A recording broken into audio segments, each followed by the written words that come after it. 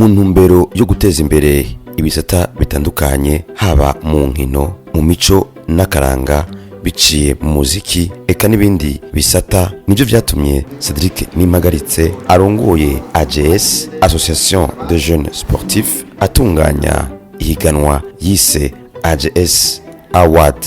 Tukaba ari udushimwe tugiye gutangwa hano mu gihugu cy'u Burundi mu bigenjeje neza kurusha abandi bakoze birashimwa mu mwaka wa 2021. Cedric Nimpagaritse avuga ko biyumviriye gutunganya iryo higanwa mu ntumbero yo guteza imbere ibisata bitandukanye haba mu nkino eka no mu mico n'akaranga biciye mu baririmbyi. Cedric Nimpagaritse amenyesha ko AJS Award y'umwaka wa 2021 igiye kuba no kuvuga ya activité tugire dutanguza ubu yari kuba 2020 muga murabizi kubwikiza corona ibintu byinshi byari byugawe ntitwaje gukora iyo activité dushimiye kuyikora uyu munsi.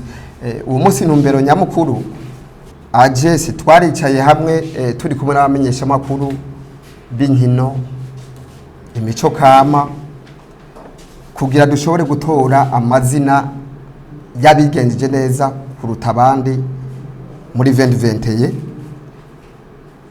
mu muziki, muri football, muri basketball. Hama je ndababwira ati nifuza yuko twotora abakoze neza kurusha abandi, hama tumaze kubatora tubashira ahantu, hama tuze tuongere tubatume ko tubonane abo bantu tubatangaze icese. Mugabo kugira ntaze kubamwo uburiganya niho twashoboye kwegera Econet. Turabasaba twabwa ati mwe turabizeye twifuza yuko aya mavote yobera kuri Econet, kandi Econet ku vyukuri twavuze rimwe yumva gatanu yatubereye umuvyeyi. Hama nibaze yuko kugira ducungura umwanya boca bagira ko kugira bashobore kugirane bashobore kubasigurira amazina yabo bantu twashoboye gutora bagiye guhatanira ibi bikombe mubona ngani bimwe mugabo hari ibindi kugira babwira ayo mazina babwire n'ukuntu abantu bazogenda baratora. Mugabo ndabibutsa yuko umuntu wese aza kwiyumva ngaha ategerezwa kuzobakoresha umuhora wa Econet, kuko ubutaha abajournaliste mwebwe bushize mwavuze ati ivyo babyiza nimba mutunganije ibindi birori nk'ibi ari urose trofe ifo yuko aronka déplacement. Nimwe bwabesha kuri mwabisabye turiko turakora ibishoboka byose muri AJS kugira ntagira uzoza gutora nze yawade hama ngo ataye mikono wazi ngo yongere yisope, kandi nako ka déplacement twotanga tuzogatanga tugacishije kuri Eco Cash. Hari abamenyesha makuru bari nka 15 bakora muri ico gisata c'umuziki, naho hari abatashoboye kuza bari nka 200 twahamagawe kubera tuvyamamwe misi yose. Barabaza ati mubona ari bande, umwe wese akajuku yiwe turatora amazina 5 na n'uwaserukiye Mereni harari n'uwaserukiye ministere. Hanyuma mu nyuma turaharura amajwi muri abantu 5 turasigarana 3 ba mbere beza atamuntu yavuganye n'uwundi. Nibo rero bari ngaha mu makategori atandukanye muza kumva. Tuhere mu baririmba indirimbo benshi bavuga ngo nizimana, ariko twebwe bari kuri mikro tuvuga ko ari zitazira Imana, no kuvuga meilleur artiste gospel. Hariho umugwi witwa Victoria's Team, hariho MTC, hariho n'umuririmbyi yitwa Eden Banga. Uyo aho ni mu baririmba indirimbo zihimbaza Imana. Hanyuma meilleur artiste tradi moderne hariho Amagaba. Mugabo aba murantunga gato kuba iri zina ndarivuze. Hariho ibyo tuza kongera ariko tuvuge ko hariho Bernice de Bell, hariho Brielle Niyukuri, hariho Estanish. Ubusanzwe arongo AJS yavuze ati ibintu no kubishira ku mugaragaro hajemo transparency. Amagabi gituma mvuze ati murantunga murazi yuko bafatiwe ibihana bakurikirana umuziki.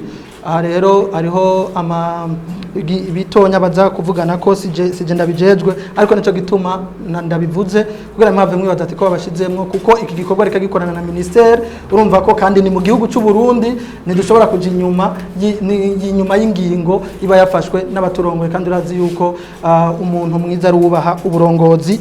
Ivyo rero munico gituma mwumvise mvuga ati Amagaba mugabo tugashiramwo entre parenthèses, no kuvuga rero twe twogumana mu mitwe mushiremwo Bernice de Bell, Brielle Niyukuri na Estanish. Ku ruhande rwa artiste Dolane umuririmbyi mwiza w'umwaka ntitwatoye batatu kuko bahavuye bashiramwo benshi kuko twasanze batatu umenga biragorana gato harabaye modification hariho Fizo Fariaz Mugani Desire hariho witwa Adojo San mwese muramuzi no mu diaspora yarakoze birashimwa ni nawe ari mu bantu batanguye gwindirimbo yiwe gukwiza kategori ni artiste de l'année nabivuze ni nawe afise indirimbo yatanguye gukwiza umuriyoni na hari abandi bari bakwijije views ku basanzwe babikurikirana hariho Double J aririmbye indirimbo nzoduga hariho Estanish murabizi yuko yagiye no kuduserukira muri Republika Iharanira Intwaro Rusange ya Kongo hariho MT number 1 hariho Karume benshi mu muziki w'izina rya Satbi hariho B-Face on the floor hariho uwo musanzwe mubona ku mbuga ngurukana bumenyi imisi myinshi abikora neza yitwa Mr Champagne na Lolilo na n'umuririmbyi muri gospel yitwa Jaja Janine ababikurikirana murazi yuko yakoze amazi imisi akora ari baririmbyi ba gospel bariko barakora cyane naho yagiye muri artiste de l'année kuko abantu batwakombinye vyose hanyuma ku byerekeye umuririmbyi mwiza mu bakobwa mu bigeme mu bamama harimo n'abamama hariho Vania Ice hariho Estanish hariho Meili umuririmbyi mwiza mu ruhande rw'abahungu meilleur artiste masculin hariho Satbi hariho Fizo hariho na Double J hanyuma révélation de l'année nukuvuga rwagwaruka ruba rukora neza ariko rucaruka kandi aho turiko tuvuga muri 2020 mu mwaka wa 2021 nimwe mvuga ngo ko Giba bamwibagiwe yari yakoze neza mu mwaka wa 2020 hariho umuririmbyi bitwa D1 abasanzwe babikurikirana ayo mazina naho amajambo yacu ashobora kuba yarahubye gato atari Bibiliya canke Koran murumva yuko nanyu muragerageza mukiyumvira ayo mazina bavuze hariho D1 hariho Meili hariho babandi baririmba yandirimbo ubari yose bagaye mu gisagara ngo yo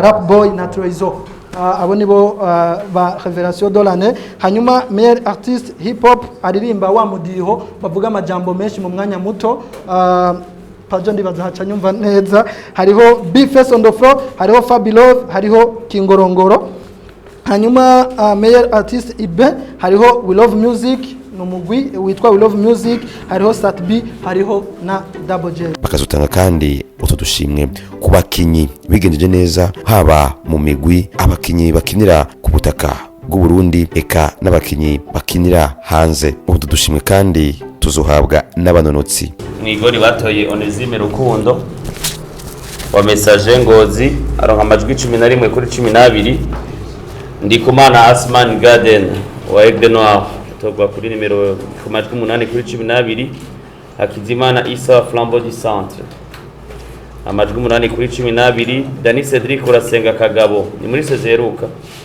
aronka amajwi 8 kuri 12 Shaka Trésor cegiye kinira vitaro bageze muri Flambeau du Centre amajwi 8 kuri 12 Ndwimana Frank yari muri Royal FC bari muri Musongati amajwi 8 kuri 12 Emery ni mubona yakira muri Musongati umwaka weze amajwi 6 kuri 12 Rukundo Abdurrahman Papley yakinira Kayanza ageze muri Flambeau du Centre amajwi 6 kuri 12 mwene abantu John yakinira muri Kayanza ico gihe ubageze muri Atletico New Oil Haur bya Mungu yakinira Mamuru ubageze muri equipe ya Message Ngozi no Dr Nandikumana Fabrice abakinyi rero bakina kujya y'amazi muri abakinyi rero mu giserukira gihugu harimo Mark Weymans asanzwe akina ari muri Sweden n'umukinyi n'abintamba mu rugamba Nahimana Jonathan umunyegori Gael Bigirimana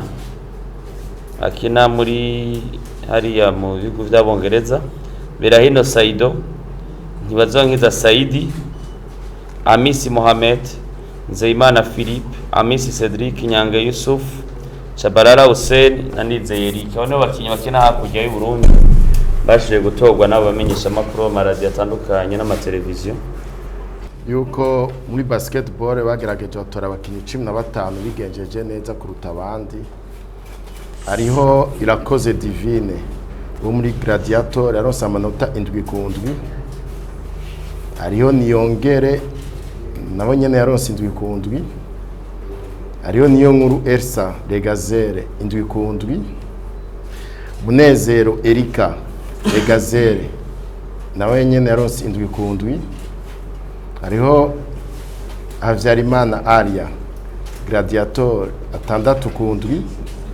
hariho Mushiranzigo RC Young Sisters yaronse 6-7, hariho Ingabire Agirindwi Ingabire Darlene Message Ngozi 5-7, uw'umunani Ndwamahoro Landra Titi Les Gazelles 4-7, Mahoro Natasha yaronse 3-7, w'icumi mbona ngo baramusimvye ntibamushizeko.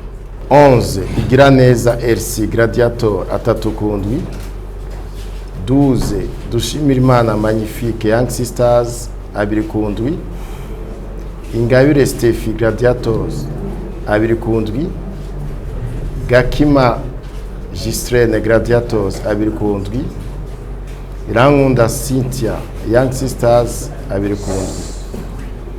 Abakinyi 15 ba mbere muri basketball batowe muri uyu mwaka washize 2021. Wa mbere ni Ndikumana Landry Urunani yaronse amanota 10/10. Wa kabiri ni Kazungu Etienne New Star yaronse amanota 9/10. Wa gatatu ni Hakizimana Jean wo muri Dinamo yaronse amanota 8/10.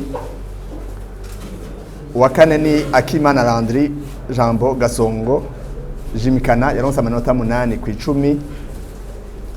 Wa gatanu ni Ngezahayo Malik ari muri ekipe Urunani yaronse amanota 8/10.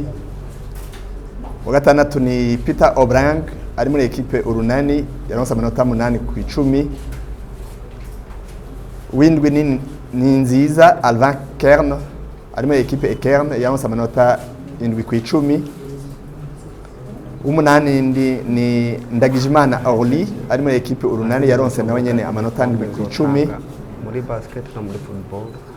Wicenda ni Chibangu Yannick ari muri ekipe New Star yaronse amanota 6/10. W'icumi ni Ndikuriyo Richard wo muri ekipe Dinamo yaronse amanota 5/10. W'icumi na rimwe ni Paul Elang ari muri ekipe Urunani yaronse 5/10. 12 Dukenguruke Kabas Hervé wo muri Kern yaronse amanota 4/10. 13 ni Kavakure Brillant Amour ari muri ekipe Urunani yaronse amanota 4/10. 14 yitwa Zirahiganwa Davi ari muri ekipe Urunani yaronse amanota 3/10. 15 Nikiza Dev ari muri ekipe Jimikana yaronse amanota 3/10. Imigwi yatorokanijwe akaba ari imigwi 9. Hari Urunani yaronse amanota 6/7, New Star yaronse amanota 6/7, Jimkana yaronse amanota 6/7, Rwa kane Dinamo amanota 5/7, Rwa gatanu ni Remesha yaronse amanota 5/7, Rwa gatandatu ni Kerbe yaronse amanota 4/7, Ubwindwi ni Le Hippos yaronse amanota 4/7, ubw'umunani ni Aigle Noir yaronse amanota 4/7, ubw'icenda ni Message Ngozi yaronse amanota 4/7. Mpereho muri basketball mu ma equipe hazotogwa meilleure équipe de l'année 2021. Duca twongera dutore equipe yakunzwe n'abantu benshi kuva mu kwezi kwa mbere 2021 gushika muri December 2021. Hanyuma mu bahungu naho tuzotora meilleur joueur de l'année 2021 na joueur plus populaire de l'année 2021. Hama duce tuja muri nuziya muri no mu bakobwa azo baruko nyene. Duce tuja mu mpira w'amaguru nahone tuzotora meilleur joueur de l'année 2021 n'umukinyi yakunzwe kurusha abandi 2021. Tukaba dufite n'iyindi trophée yitwa Personality Cup. Hama ibi mubona bucutaje kubasigurira si twe twabitoye twenyene twaricaye hamwe n'amenyesha makuru ko muri ngaha umwese yatanze amayide yiwe atanumwe abajije uwundi mugabo twese tubihurizako. Hanyuma rero hari n'abandi bantu tuzoshimira ku mpande zabo mugabo sishobora kubasigura bose, hariho bake ashobora gusigura tuzoshobora no gushimira Francine Niyonsaba kuko murabona yarateye iteka igihugu muri 2021. Tuzoshimira nawo muri rally nk'umupilote yabaye wa mbere copilote n'uwakunzwe kurusha abandi nabo bantu bari mu bo tuzogirane tuzoshimira. Iryo higanwa rikazotangura ku munsi w'itariki 21 za kuno kwezi rirangire itariki 6 z'ukwezi kwa gatanu, aho itariki 7 zoca batanga udushimwe. Gutora abaririmbyi nabo bakinyi bikazokorwa ku muhora wa Econet ufyonze akadirisha 888 akagazi ugaca utora izina ry'umuririmbyi uhifuza no mu muce arimwo. Tubamenyeshe ko ayo mahiganwa ashigikiwe na Econet, Assurance Bic hamwe na Mairie ya Bujumbura.